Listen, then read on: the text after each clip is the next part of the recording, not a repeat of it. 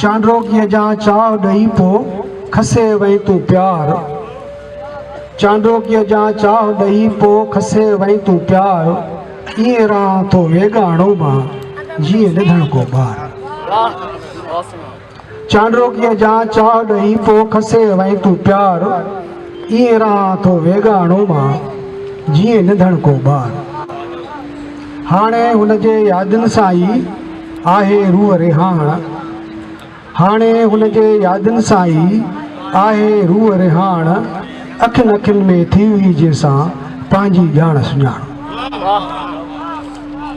घड़ी घड़ी हिकु घाव लॻे थो पल पल आ पछताव। घड़ी घड़ी हिकु घाव लॻे थो पल पल आ पछताव। प्रीतम तुंहिंजे प्यार खां वधा धरतीअ जो सौदा।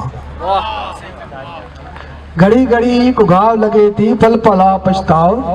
प्रीतम तुंहिंजे प्यार खां वधा धरतीअ जो सौदा। सपनो सपनो साबियां थी वियो पन पन पियो पड़ला।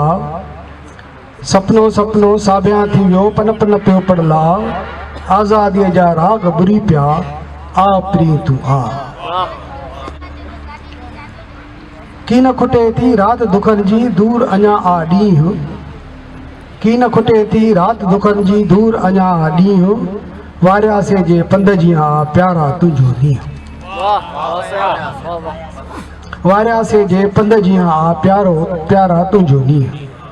कवि कहिड़ा गीत लिखी थो धरतीअ जा लिख गीत। कवि कहिड़ा गीत लिखी थो धरतीअ जा लिख गीत। धोखे जे दुनिया में दिलबर मन जा कहिड़ा गीत।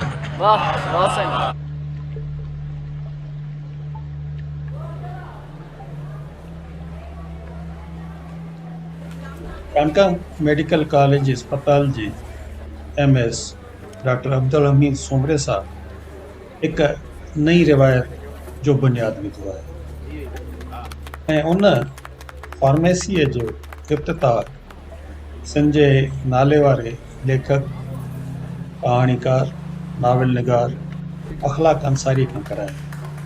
इन मौक़े ते डॉक्टर्स ॿियो स्टाफ त मौजूदु हुयो ई हुयो, पर उन सां गॾु अदीबनि में सतार हुलियो, अयूब गाद, अहमद आज़ाद, आदर्श, मुख्तियार जागीराणी, वफ़ा साले, साजिद बसण, उदार टोटाणी, रसूल बश का नासर ऐं ॿियनि शिरकत। इन मौक़े ते डॉक्टर अब्दुल हमीद सोमरे ॿुधायो त हीअ चांडका अस्पताल जी 5वीं फार्मेसी आहे जेका 24 कलाक खुलियल। इन क़दम खे उते मौजूदु माण्हुनि जे तरफ़ां ख़ूब साराहियो।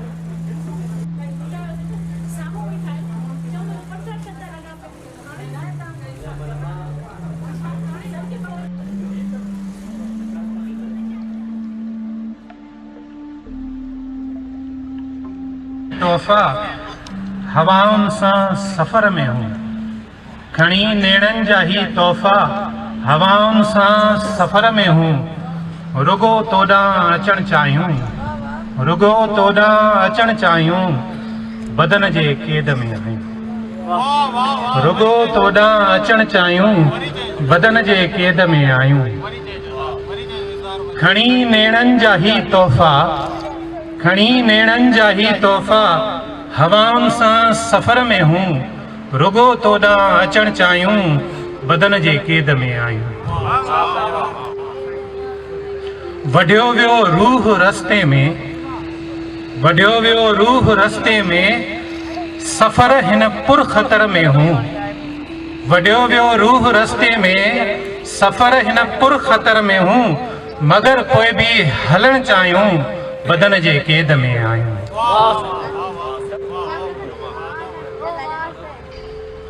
वंडियूं मन कीअं भला कंहिंसां, वंडियूं मन कीअं भला कंहिंसां, जो तुंहिंजे दिल ऐं घर में हूं। उते ई था रहणु चाहियूं, बदन जे क़ैद में आहियूं। वंडियूं मन कीअं भला कंहिंसां, वंडियूं मन कीअं भला कंहिंसां, जो तुंहिंजे दिल ऐं घर में हूं। उते ई था रहणु चाहियूं, बदन जे क़ैद में आहियूं। ही तोले लफ़्ज़ थिया रक़सां, ही तोले लफ्ज़ थिया रखसां भिटाईअ ज्यां तमर में हूं वखर तोसां वंडण चाहियूं बदन जे क़ैद में आहियूं। न तारन कहकशाउन जा न तारन कहकशाउन जा न कंहिंजे भी कमर में हूं रुगो तोसां खिड़ण चाहियूं बदन जे क़ैद में आहियूं बदन जे क़ैद में आहियूं। महिरबानी। अदब बाबति वीडियो सां हाज़िर आहियां त अदब में पाण हिकिड़ो लफ़्ज़ ॿुधंदा आहियूं मेटा, जेको रुगो अदब में न आहे, काफ़ी असां इल्मनि में हिन लफ़्ज़ खे ॿुधंदा आहियूं मेटा, पर मेटा आहे छा, मेटा अदब में छा आहे, उनखे पाण सम्झण जी कोशिशि कंदासीं हिन मुख़्तसर वीडियो में। अदब ऐं आर्ट में आम तौर ऐं तनक़ीदी निगाह सां मेटाफिज़िक्स, मेटाफिज़िकल, मेटाफर ऐं मेटाफिक्शन जो ज़िक्र तमामु घणो कयो वेंदो आहे। मेटाफिज़िक्स, मेटाफिज़िकल ऐं मेटाफर खे सम्झण खां अॻु में मेटा खे सम्झणु ज़रूरी आहे, छो त मेटा आहे छा। अदब में मेटा जो मतिलबु इहो आहे त अदब पंहिंजो पाण बाबति का ॻाल्हि करे या बयानु करे उनखे मेटा चइबो आहे। ऑक्सफोर्ड डिक्शनरी हिन बाबति ॿुधाए थी त पाण या पंहिंजी सन्फ़ बयानु करणु, इहा माना उन मेटा जी माना थी ॿुधाए ऑक्सफोर्ड डिक्शनरी। हूअं मेटा यूनानी लफ़्ज़ आहे जंहिंजी माना आहे खां पोइ या वस खां ॿाहिरि। हिकु अहिड़ो मिसाल हुनजो जेकॾहिं पाण ॾिसंदासीं उहो इहो आहे त अंगनि बाबति अंग, इहो मेटा इज़हार आहे। अदबी इंसाइक्लोपीडिया मूजिबि हिन खे डेटा मेटा चइबो आहे, यानी डेटा बाबति डेटा मेटा जो मतिलबु इहो बि आहे त कंहिं शइ बाबति कंहिं बि शइ या ॻाल्हि ॿोल खां पोइ छा। मेटाफिज़िक्स ते हाणे ईंदासीं। मेटाफिज़िक्स छा आहे? हूअं त फिज़िक्स साइंस जी हिकु अहम शाख़ आहे। इहा रफ़्तार, छिक, बिजली, आवाज़नि, लहरुनि, मशीनुनि, एटमनि जी बनावट वग़ैरह जो इल्मु आहे। जीअं मथे पाण जीअं अॻु में मूं बयानु कयो त मेटा जो हिकु मतिलबु खां पोइ ॾिनो आहे। इंसाइक्लोपीडिया ब्रिटानिका मूजिबि मेटाफिज़िक्स जो मतिलबु फिज़िक्स खां पोइ। हाणे मेटाफिज़िक्स जी तारीफ़ घणे भाङे हिन तरह आहे। ही फिलॉसफी जी हिकु शाख़ आहे जेका पहिरीं सबबु ऐं हक़ीक़त जी नोयत खे उपटारींदी आहे। कुझु लुग़तुनि में हिन जो हिकु ॿियो मतिलबु दिमाग़, ज़हन ऐं मामरे, मादे ऐं ख़ासियत, इम्कान ऐं हक़ीक़त में तालुक़ जाचणु आहे। मेटाफिक्शन अहिड़ो अफ़सानी अदब आहे जेको पंहिंजो पाण खे पाण ई इज़हारे थो। हिन में बयान जो जेको शऊरी असलूबी तरीक़ो हूंदो आहे, उन जे बयानु कंदड़ खे बयान वसीले ई ख़बर पवंदी आहे त इहो नावेल या कहाणी जो हिसो आहे। ऐं इहो बयानु जेको कहिड़ी बि अफ़सानवी सन्फ़ में हुजे अफ़सानवी आहे। ऐं जेकॾहिं बयानु कंदड़ किरदारु पाण किरदारु आहे त मेटाफिक्शन वारे अदब में हू शऊरी तौरु इन ॻाल्हि खां आगाह हूंदो आहे त हू उन जो हिसो आहे। जीअं ज़मीर मुतकलिम या मोनोलॉग में बयान वारे असलूब में हूंदो आहे। मेटाफिक्शन अदब में नावेल सां गॾु कहाणी ऐं ड्रामो शामिल आहिनि, जॾहिं त कुझु शाइरी में बि मेटाफिक्शन नज़र अचे थो, जंहिंखे आम तौर ते जदीदत खां पोइ वारे अदबी रवीअ जो हिकु अंसुर सम्झियो वेंदो आहे। जेकॾहिं वधीक सम्झण लाइ ॻाल्हि सवली कजे त मेटाफिक्शनल नावलनि जी अदावत हिकु बुनियादी ऐं पुख़्ती मुखालफ़त ते रखी वेंदी आहे, जेका कंहिं ख़्याली वहम जी अदावत जीअं रिवायती हक़ीक़त निगारी ऐं उन वहम खे ज़ाहिर करणु आहे। ॿियनि लफ़्ज़नि में मेटाफिक्शन जो मतिलबु इहो आहे त हिक ई वक़्तु अफ़सानी अदब तख़लीक़ करणु ऐं उन अफ़सानी अदब जी तख़लीक़ियत जे बारे में कुझु बयानु बि करणु। हाणे इहा जेकी हिन मेटाफिक्शन जी डेफिनेशन ॾिनल आहे, इहो मेटाफिक्शन जी थ्योरी बाबति किताबु आहे जेको पैट्रिका वा जो आहे, उन ई में उन इहो कयो आहे। हाणे पाण ईंदासीं मेटाफर ते। हाणे कंहिं बि फिगर ऑफ स्पीच में कंहिं लाइ का ॿी सिधी मुशाहिबत ॾियणु मेटाफर आहे। जीअं कंहिंखे चालाक ॾेखारिणो आहे त उन लाइ सिधो चइजे त हू कांव आहे, इहो मेटाफर आहे। जे चइजे त हू कांव वांगुरु सियाणो आहे त इहा तशबीह सॾिबी। ॿियो मिसाल हू शींहुं आहे। जे चइबो त हू शींहं वांगुरु ताक़तवर आहे त इहा तशबीह चइबी। मेटाफर वांगुरु अदब में इस्तारो ऐं मुबालगो बि हूंदो आहे, जन खे पर्सोनिफिकेशन हाइपरबोल चइबो आहे। उन्हनि खां मेटाफर अदब कीअं मुख़्तलिफ़ थी सघे थो, उनजो मिसाल पाण काफ़का जो जेको नावलेट आहे मेटामॉर्फोसिस आहे, जंहिंमें इंसानु सोच में साॻियो आहे पर बदनी तौरु जिस्मानी तौरु हिकु कीड़ो बणिजी वञे थो, यानी हक़ीक़त वांगुरु इज़हार थिए थो। हाणे मेटा में हिकिड़ो ॿियो टर्म बि आहे अदब में, उहो आहे मेटान्यो। हाणे मेटान्यो का ॻाल्हि कंदे ओचितो बयानु बदिलाइण खे मेटान्यो चइबो आहे। जीअं मां तोखे क़तल कंदुसि, तोखे सज़ा मिलंदी, इन खे ऑक्सफोर्ड डिक्शनरी में अ बियॉन्ड लैंग्वेज चयो वियो आहे। ही उहो मेटा आहे जेको अदब में असांखे पढ़ण लाइ मिले थो, या मुख़्तलिफ़ असां अदबी तनक़ीद में जो ज़िक्र ॿुधूं था, त मूं चयो त तव्हांखे मुख़्तसिर तरीक़े सां उन मेटा जे सां लाॻापियल जेके नंढा नंढा टर्म इस्तलाह आहिनि उहे तव्हांजे साम्हूं रखजनि। तव्हांखे यकीनन पसंदि ईंदा। त इन अदबी जेको मैगज़ीन आहे इन ई में तव्हां कमेंट वग़ैरह करे सघो था, त मूं जीअं मुंहिंजे लाइ बि इस्लाह बि थींदी ऐं वधीक इन मुतलिक़ कमु करण में सवलाई थींदी। गुलाबन जा गिलास पोपटन पीता शराबन जा गिलास, वाख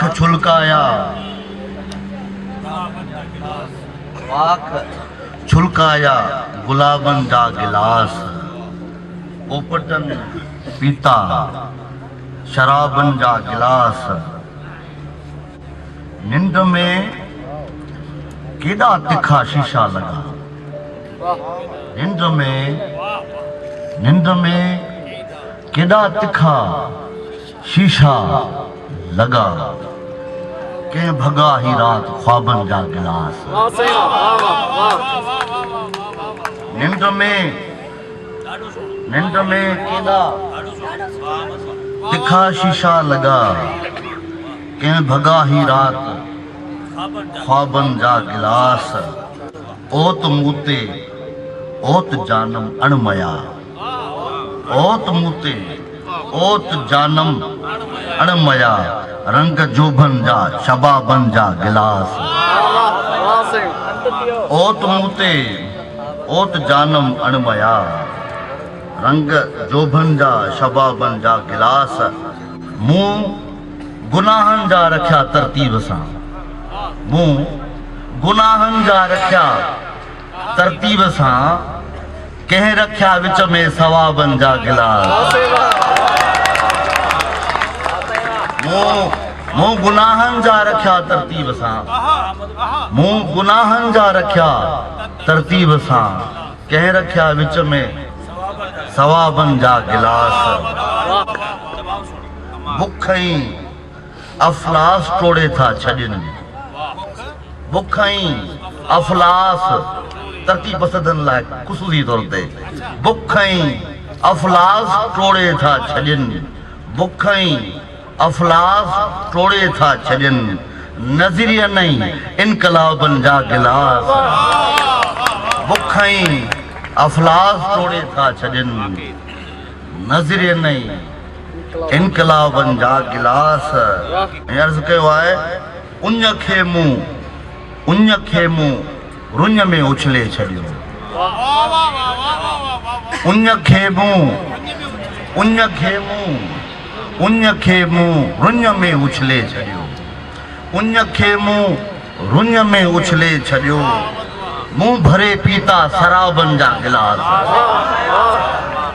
उञ खे मूं रुञ में उछले छॾियो, मुंह भरे पीता शराबन जा गिलास, बाक छुलकाया गुलाबन जा गिलास, पोपटन पीता शराबन जा गिलास। कहानी बेरिया टाउन, राइटर मंजूर कलोड़ो। मां माफ़ी जो तलबगार आहियां। रोमासा मूंखे एतिरा ॾींहं बिना ॿुधाइण जे तोखां परे रहण न घुरिबो। तूं दुरुस्त थी चवीं, घटि में घटि तोखे इतलाह थो करियां, पर ख़बर अथई न मां केॾो न लापरवाह आहियां। केतिरा भेरा चयो अथई त केॾांहुं बि वञी ऐं कॉल करे न सघी त घटि में घटि SMS करे छॾींदो कर।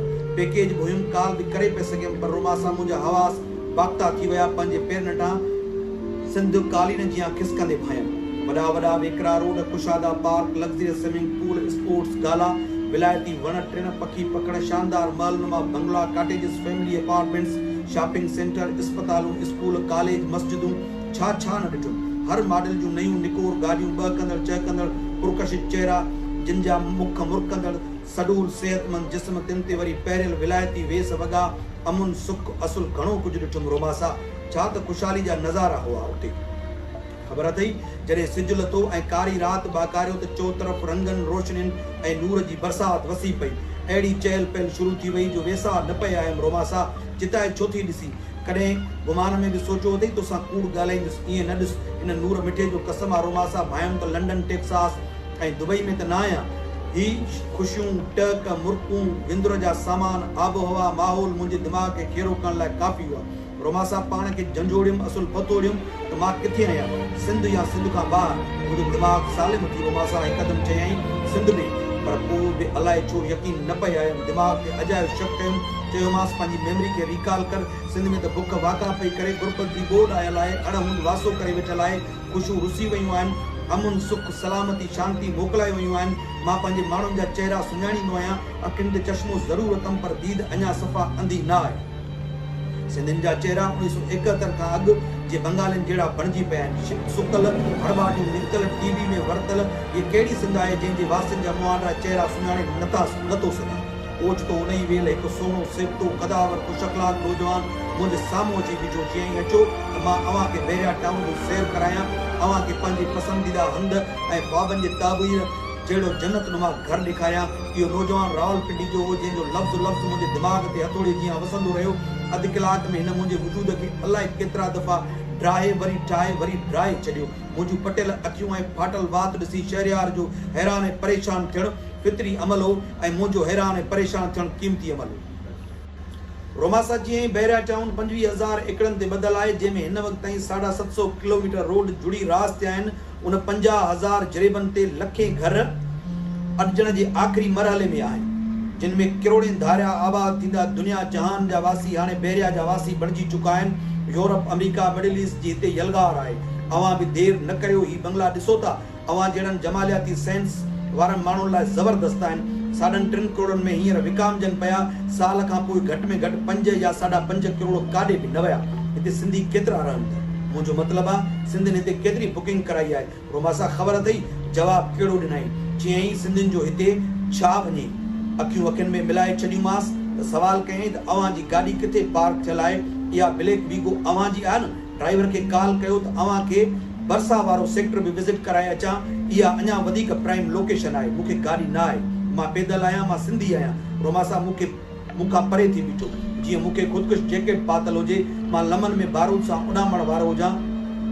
तव्हां मूंखे अॻ में छो न ॿुधायो तव्हां सिंधी आहियो? हवाई चकर ॼण आया आहियो, मुंहिंजो अव्हां क़ीमती वक़्तु बर्बादु कयो। अव्हां जहिड़नि जी एंट्री हाणे हिते बंदि थियणु घुरिजे। चवंदो मूंखां परे हलियो वियो। ॿुधायां थो रोमासा, प्लीज़ नाराज़ न थी, मां पाण ते इंतिहाई ज़ब्त रखी पोइ तोखे सभु कुझु ॿुधाए रहियो आहियां। रोमासा उतां मां सिधो वॾे होटल में हलंदड़ वॾे अदबी मेले में हलियो वियुसि। सॼी सिंध जा अदीब शाइर दानिश्वर हिकु वॾे महान अदीब खे वॾे गौर सां ॿुधी रहिया हुआ। मां बि ॿुधंदड़ में शामिलु थी वियुसि। हू ॻाल्हाईंदो रहियो ऐं मां बैरिया ऐं डिफेंस सिटी में अॾजंदड़ अज़दाहन में भटकंदो रहियुसि। मां वेठल त लिटरेचर फेस्टिवल में हुयुसि, पर मुंहिंजो दिमाग़ मुस्तक़बिल में उन्हनि अज़दाहन में रहंदड़ भांत भांत किरोड़नि जे झंग में पंहिंजे वजूद जी ॻोल्हा में सरगर्दान हो। शहरियार जो जुमिलो सिंधियुनि जो हिते छा वञे मुंहिंजे दिमाग़ में वाक़ा करणु लॻो। अदीब साहब जो लेक्चर पंहिंजे लाइ धमचर भायो। लेक्चर खां पोइ सवाल शुरू थिया। रोमासा मां उथी बि उन वॾे अदीब खां सवाल कयो, अव्हां बैरिया ऐं डिफेंस सिटी ॾिठो आहे? जे न त पोइ अॼु हलो त ॾिसी अचूं त मुस्तक़बिल में असां लाइ अॻिले जी सूली कीअं तयारु कई वई आहे। रोमासा मूंखां माइक फुरे वरिताऊं। हाल में ख़ामोशी छांइजी वई। मुंतज़िमीन जा चेहरा शहरियार जे चेहरे जीअं बणिजी पिया। स्टेज तां चयऊं, मौज़ू अदब ऐं तनक़ीद आहे, अव्हांजो सवाल मौज़ू जी मुनासिबत सां न आहे। रोमासा मां बिना माइक जे ॻाल्हाइण लॻुसि त अव्हां मुंहिंजो मुकमल सवाल ॿुधो ई न आहे।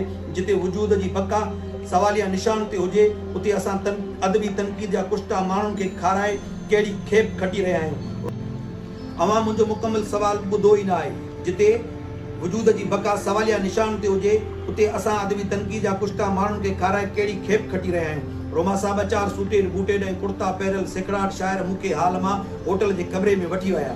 मिनरल वाटर जी अधु बोतल पीआरे चांहि काफ़ी जूस जो पुछी चयऊं, अव्हांखे ख़बर आहे सेक्रेटरी साहब ऐं वज़ीर साहब वेठा हुआ, सीएम साहब अचण वारो आहे। अव्हां सुठो न कयो, कराची में अहिड़ी बदकलामी बदमिज़ाजी ऐं बद इंतिज़ामी जो तासुर ख़राबु ईंदो। अव्हां चांहि वग़ैरह पीओ, रिलैक्स थियो ऐं फ्रेश थी पोइ अची सेशन अटेंड कयो। अॼु फेस्टिवल जो आख़िरी ॾींहुं आहे। हिन सेशन खां पोइ डिनर ऐं म्यूज़िक नाइट आहे। अव्हां नौजवान आहियो, इंजॉय कयो, ठीकु आहे न? यंग मैन ओके असां हलूं था हाल ॾांहुं अवां बि फ्रेश थी जल्दी अचो। फेस्टिवल जे हिकु मोहदार साफ़ अदीब मूंखे चयो, रोमासा मूं वधीक उन्हनि जो हिकु ढुक पाणी जो न पीतो। सायरन वॻा, प्रोटोकॉल अलर्ट थियो, सभु अदीब शाइर दानिश्वर हार खणी उथी बीठा। आदरबाज़ शुरू थियो, ताड़ियूं, एवार्ड, फोटो सेशन दौरान मूं रड़ कंदे चयो, सिंध गुम कयल माण्हुनि जो देश बणिजी पई आहे। असांजी डेमोग्राफी तब्दील पई थिए। बहरिया टाउन, डिफेंस सिटी, ज़ुल्फ़कार आबाद जा मनसूबा असांजी धरती असांजे पेरनि हेठां खिसकाए असांखे अक़लियत में तब्दील करे मारणु चाहिनि था। अव्हांखे का ख़बर बि आहे उन मुतालिक़ हिन फेस्टिवल में को सेशन, का करारदाद? हाल में कब्रिस्तान जहिड़ी ख़ामोशी छाइजी वई, कंहिंखां अखर न उकलियो। बहितर वॉलंटियर्स हाल में अफ़रा तफ़री मचाए छॾी, मूंखे गेले उन कमरे में खणी आया। हिकु थुल्हे मतारे अदीब कमरे में दाख़िल थी मूंखे ज़ोरदार थप वाए कढी, उहो बि अलाए कहिड़ी कहिड़ी बक बक कंदो हो। रोमासा ॾुख त इहो आहे, मुंहिंजे ज़मीर खे अधरंग थी वियो आहे। मूंखे ईअं न ॾिस, मूं ते ईअं तरस न खा, मुंहिंजा इरादा अटल आहिनि। मज़ामत मुंहिंजे ज़मीर खमीर ऐं नस नस में बारूद जियां भरियल आहे। रिण मां रड़ ईंदी, रिण गजंदो ऐं राड़ो थींदो। हाल में वरी बड़धक मची वियो। नौजवान उथिया। बहरिया टाउन नामंज़ूर, मज़ामत ऐं बग़ावत जा आवाज़ कमरे ताईं आया। सभु मूंखे छॾे हाल तरफ़ डोड़ लॻा। मुंहिंजो मथो चकराइजण लॻो। सरकारी ऐं दरबारी सदाऊं मुंहिंजो साह सुकाइण लॻियूं। मुंहिंजो रूह रेज़ा रेज़ा थियो। रोमासा मां भॼी भोरा भोरा थी पियुमि। डॉक्टर साहब, हिन सॼी राति असांजी निंड फिटाए नाड़ कई आहे। हिन जो बिलो कर या असांखे हिन वार्ड मां शिफ्ट कर। मरीज़ दाऊं करण लॻा। डॉक्टर सरमत जी बेड ते अची बीठो। सरमत नज़रूं मथे खणी डॉक्टर खे निहारींदे चयो, मुंहिंजी धरतीअ जो गुनाहगार न बख़्शो वेंदो, उहो बि गासिब ऐं गद्दार न बख़्शो वेंदो। रूप रहबर जो वठी सघंदो न रहज़न कोई। हाणे बेदार थियो आहे भलारनि जो वतन। डॉक्टर सरमत जे मथे ते हथु फेरे पंहिंजे सॼे हथ जी अशद आंगुर चपनि ते आणे ख़ामोशी जो इशारो कंदे चयईंसि, वेल डन कामरेड।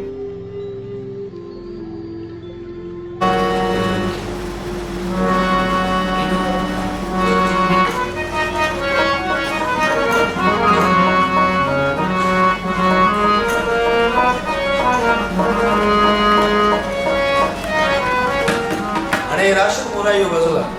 हाँ कहिड़ो? ॻाइल त हज़ारनि फनकार हाँ ऐं पंहिंजे नमूने ॻाए, वाह वाह पंहिंजी धुन में ॻाए। वाह वाह।